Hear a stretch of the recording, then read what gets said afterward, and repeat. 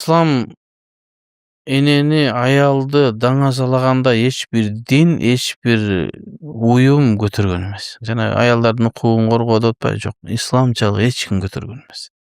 Исламдын укугу жер менен жексен болгон мезгилде ислам келип, аялдын укугу жер менен жексен болгондо ислам келип ошолордун кадырын көтөргөн.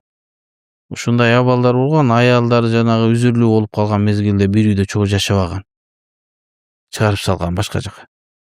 Аял өзүнүн укугун алган эмес, өзүнүн мурасын алган эмес. Аял бир жөнөкөй бир курал катарына колдонгон.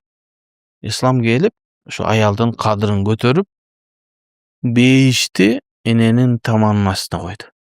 Анан бейишти эненин таманынын астында десе, баягы биз бара турган бейиш эмес. Бейишке баруунун жолун, соогун алам десең, ушу аялдарды урмат кыл, бейишке барасың деген сөз. Атанын таманынын астына бейиш деген жок да, эненин таманынын астына деди. Ал деген нерсе энени урмат кыл, аялдарды урмат кыл деген сөз. Аялдарды урмат кылууда исламдагы эрежелер менен. Аялдарды эрежесиз урмат кыла берсе, аялдар бузулат экен.